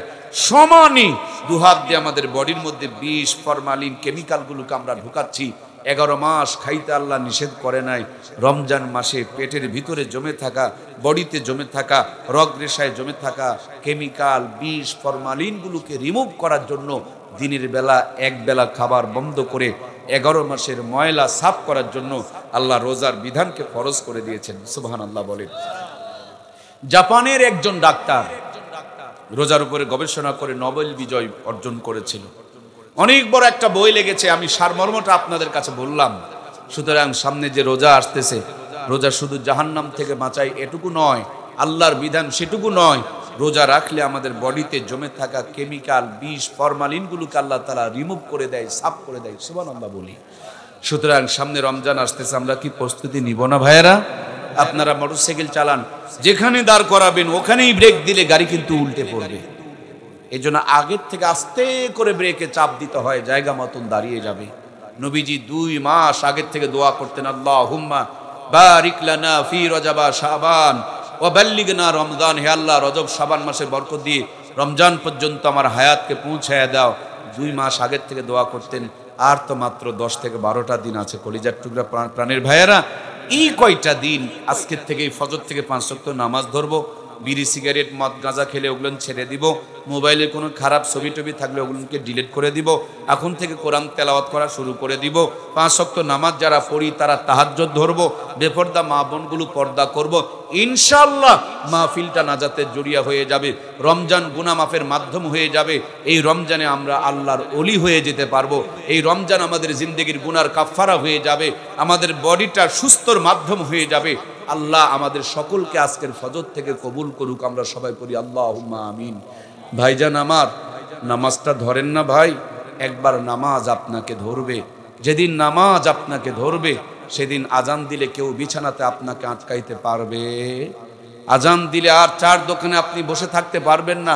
এমন ধরা ধরবে, একবারে জান্নাত পর্যন্ত পৌঁছায় ছাড়বে। সুবহানাল্লাহ বলেন। নামাজ ধরেছিলেন হযরত আলীকে, পায়ের মধ্যে তীর বেঁধেছে, ব্যথায় কাতর, তীর টেনে খুলে নিয়ে আসছে, গোস্ত খুলে আসছে, তারপরও বুঝতে পারে নাই। মানে নামাজে দাঁড়িয়ে গিয়েছে, হৃদয়টা আল্লাহর কাছে চলে গেছে। সুবহানাল্লাহ বলি।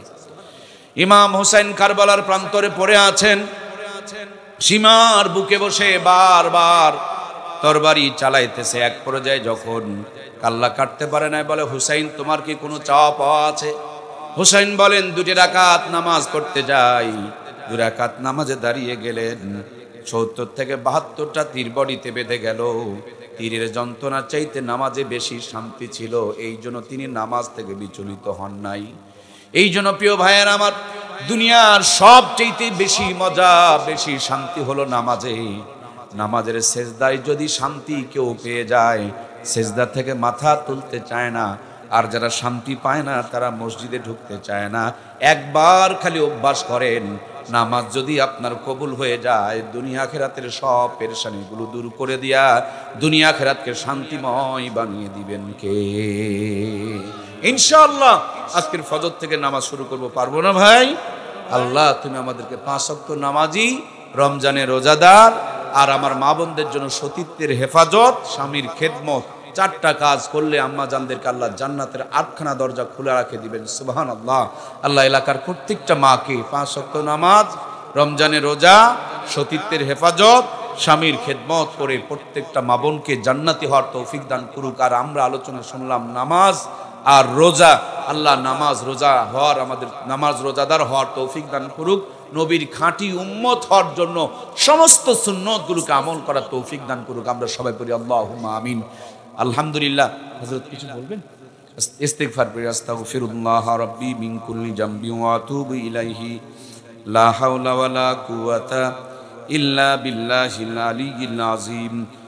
আল্লাহুম্মা সাল্লি আলা মুহাম্মাদিন ওয়া আলা আলি মুহাম্মাদ কামা সাল্লাইতা আলা ইব্রাহিম ওয়া আলা আলি ইব্রাহিম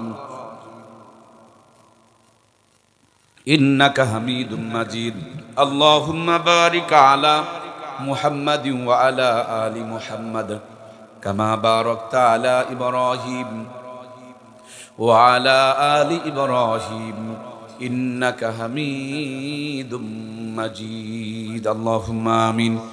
ربنا ظلمنا أنفسنا وإن لم تغفر لنا وترحمنا لنكونن من الخاسرين. ربنا لا تزغ قلوبنا بعد إذ هديتنا وهب لنا من لدنك رحمة إنك أنت الوهاب. وقل رب ارحمهما كما ربياني صغيرا. رب ارحمهما كما ربياني صغيرا. ربي علما نافعا فهما كاملا وعملا صالحا كما تحب وترضى يا كريم. حسبنا الله نعم الوكيل نعم المولى ونعم النصير. ومن يتوكل على الله فهو حسبه والله المستعان على ما تصفون. رب العالمين يا الله আরামের ঘুমকে হারাম করে নরম বিছানায় লাথি মেরে রহমত আর বরকত মাগফিরাতের আশার হৃদয়ের মধ্যে ধারণ করে আপনার আলিশান দরবারে দুইখানা হাত উত্তোলন করেছি। মেহেরবানি করে আমাদের জিন্দেগির সমস্ত গুনাহগাতাগুলো মাফ করিয়া দাও। কঠিন কিয়ামতের দিন মুসিবতের আদালতে আজকের আয়োজনখানা আমাদের শ্রোতা বক্তা কর্তৃপক্ষ আয়োজক বিন্দু, বিশেষ করে ইসলামী ইলমে রাহবর এই প্রিয় সংগঠনটা আমাদের সবার জন্য নাজাতের জড়িয়া বানায়া দাও। শুরু থেকে এই পর্যন্ত যত কথা আলোচনা করেছি প্রত্যেকটা কথা আমাদের সকলকে আমল করা তৌফিক দিয়ে দাও। আগামীকাল এখানে আয়োজন রয়েছে, দলবদ্ধ হয়ে সদল বলে সকলে উপস্থিত হয়ে দুনিয়া খেরাতের কামিয়াবি হাসিল করা তুমি তৌফিক দান করে দাও। আয় আল্লাহ তাআলা সৎ চরিত্রবান আদর্শ মানুষ হয়ে ইসলামী ইলমে রাহবরের সদস্য হওয়ার তৌফিক দান করো। আল্লাহ এই প্রিয় প্রতিষ্ঠানকে আমাদের সকলকে সহযোগিতা করার তৌফিক এনায়েত করে দাও। বাংলাদেশের আনাচে কানাচে গোটা পৃথিবীব্যাপী এরকম সুন্দর সুন্দর নাজাতওয়ালা জান্নাতের পথ দেখানেওয়ালা সংগঠনগুলোকে তুমি কবুল আর মঞ্জুর করে নাও। আয় আল্লাহ তাআলা প্রিয় মাতৃভূমি এদেশের প্রতি রহমত আর বরকত নাজিল করো। দেশ যারা পরিচালনা করছেন তাদের হিকমত আর যোগ্যতাকে বাড়ায়া দাও। দেশকে নিয়ে যারা ষড়যন্ত্র চক্রান্ত করছেন আল্লাহ তুমি তাদেরকে হেদায়েত দান করো। তাদের তকদিরে যদি হেদায়েত না থাকে কওমে লূত আদ সামুদের মতন ধ্বংস করে দিয়ে এই জমিনকে তুমি হেফাজত করো। রব্বুল আলামিন ফিলিস্তিনের নিরহ মুসলমান ভাই বোনগুলোকে হেফাজত করো। জিন্দেগির সবচেয়ে বড় তামান্না সোনার মক্কার মদিনা, মক্কা মদিনা না দেখায়া কবরে ডাক দিও না আল্লাহ।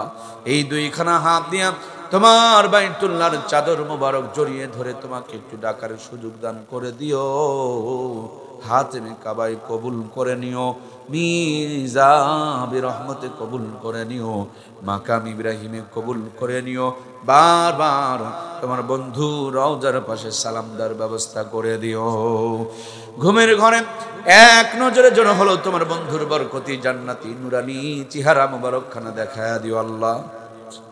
হে আল্লাহ তাআলা আজকের এই মাহফিলকে কেন্দ্র করে এলাকার বাড়িতে বাড়িতে অসংখ্য মেহমান এসেছে, আত্মীয় স্বজনের বাড়ি ঘরগুলো ভরে গিয়েছে। সবাই তো নারীর টানে গ্রামের বাড়িতে রওনা করে দিয়েছে। আসার সময় যাদের মা বাবা বেঁচে আছে কত রান্না কত আয়োজন করে নিয়ে অপেক্ষায় রয়েছে। যাদের এই প্রিয় মানুষগুলো বিদায় নিয়ে চলে গিয়েছে গোটা দুনিয়াটা তাদের যেন অন্ধকার হয়ে আছে। দরদি আল্লাহ এই দুইখানা হাত দিয়া আমরা অনেকেই কলিজা টুকরা আব্বা আম্মাকে জীবনের শেষ গোসল করাইয়া সাদা কাপড়ের কাপড় পরাইয়া চিরজনমের জন্য তোমার কাছে অন্ধকার কবরের ঘরে আমানত দিয়ে এসেছি। মনের পর মন মাটিগুলো বুকের উপরে চাপায়া দিয়া কাঙাল ভিক্ষু কেতিমার মিসকিরের মতন তোমার কাছে দুইখানা হাত পেতেছি। মেহেরবানি করে আমাদের আব্বা আম্মার কবরগুলোকে জান্নাতুল ফেরদাউস বানায়া দাও। আমাদের বৃদ্ধ পিতা মাতা যারা বেঁচে আছেন সুস্থতার সঙ্গে নেক হায়াতে তৈয়বা দান করে দাও। ওগো আমাদের রব, আমাদের প্রত্যেকটা পরিবারের স্বামী আর স্ত্রীর মধ্যে কলহ দ্বন্দ্ব অশান্তি বিরাজ করছে। স্বামী স্ত্রীর মধ্যে মিল মহাব্বত ভালোবাসা বাড়ায়া দাও। ভুল বুঝাবুঝি থেকে তুমি আমাদেরকে হেফাজত করো। একে অপরের প্রতি দায়িত্ব পালন করার জন্য তুমি তৌফিক দান করে দাও। প্রত্যেকটা পরিবারে ইমাম হাসান আর হুসেনের মতন এক সন্তান দিয়ে দাও। আমাদের ঘরগুলোতে আলী আর ফাতেমার মহাব্বত দিয়ে ভরপুর করে দাও। আমাদের সবার জীবনকে হযরত ওমর ফারুক রাদিয়াল্লাহু তাআলার মতন ইসলামের জন্য সাহসী জীবন বানায়া দাও আল্লাহ। দুহাত ভর্তি হযরত ওসমান গনি রাদিয়াল্লাহু তাআলার মতন বরকত দাও আল্লাহ। আমাদের প্রত্যেকের জীবনকে তুমি হযরত আবু বকরের মতন ঈমান আর আমল দিয়ে ভরপুর বানায়া দাও। রব্বুল আলামিন আমাদের সব হারা করিও কিন্তু ঈমান হারা করিও না। এই ফিতনার জামানায় সকালবেলা মানুষ বাড়ির থেকে ঈমান বের হবে, সন্ধ্যাবেলা বেঈমান হয়ে ফিরবে। আল্লাহ আমাদের ছেলে মেয়েগুলোকে পথভ্রষ্ট নিশা করবে বেয়াদব বানিয়ে দিও না। আমাদের সন্তানগুলোকে চোখের শীতলতা আত্মার জন্য প্রশান্তিওয়ালা সন্তান বানিয়ে দাও। দাইল আল্লাহ বানিয়ে নাও। ইমাম হাসান আর হুসেন উত্তরসূরি বানায় দাও। ইসমাইল আলাইহিস সালাম আর ইব্রাহিম আলাইহিস সালামের মতন ধৈর্যশীল নেককার আল্লাহওয়ালা বুজুর্গ সন্তান দিয়ে আমাদের পরিবারগুলোকে আলোকিত বানায় দাও। আয় আল্লাহ আমার মুহিব্বুল্লাহ মাসুম বিল্লাহ মুতাসিম বিল্লাহ সহ আমাদের সকলের ছেলে মেয়েগুলোকে তুমি জান্নাতের মেহমান হিসেবে কবুল আর মঞ্জুর করে নাও। রব্বুল আলামিন জানি না কার জন্য কোন দোকানে কাফনের কাপড় রেডি হয়ে আছে, না জানি কোন মুহূর্তে মালাকুল মউত নাকের ডগার সামনে হাজির হয়ে যাবে। বিশেষ করে ইসলামী এলমে রাহাবর সংগঠনটা তোমার কুদরতি হাতে রেখে গেলাম। এদের স্বপ্ন যত বড়, আল্লাহ তাদের সংগঠনটাকে তার চাইতে বড় বানিয়ে দাও। এই সংগঠনের উপর রহমত আর বরকত নাজিল করে দাও। এই সংগঠনকে ওসিলা করে এলাকাকে তুমি কবুল আর মঞ্জুর করে নাও। এলাকার মাটি নিচে যত মুমিন মুমিনাত ঘুমিয়ে আছেন সকলকে তুমি মাফ করে দাও। আল্লাহ, যারা এই সংগঠন পরিচালনা করছেন তাদের হিকমত, যোগ্যতা এবং তাকতকে তুমি বাড়ায় দাও।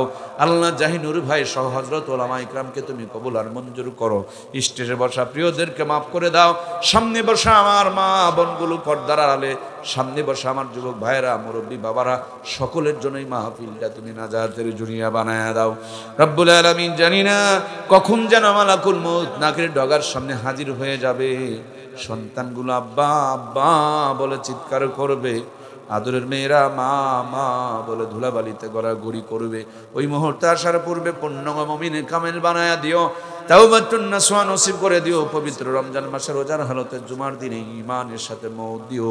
মউতের সময় আমাদের সকলের জবানে আখিরি কালিমা, মধুর কালিমা, জান্নাতি কালিমা জারি করে দিও, লা ইলাহা ইল্লাল্লাহু মুহাম্মাদুর রাসূলুল্লাহ সাল্লাল্লাহু আলাইহি ওয়াসাল্লাম।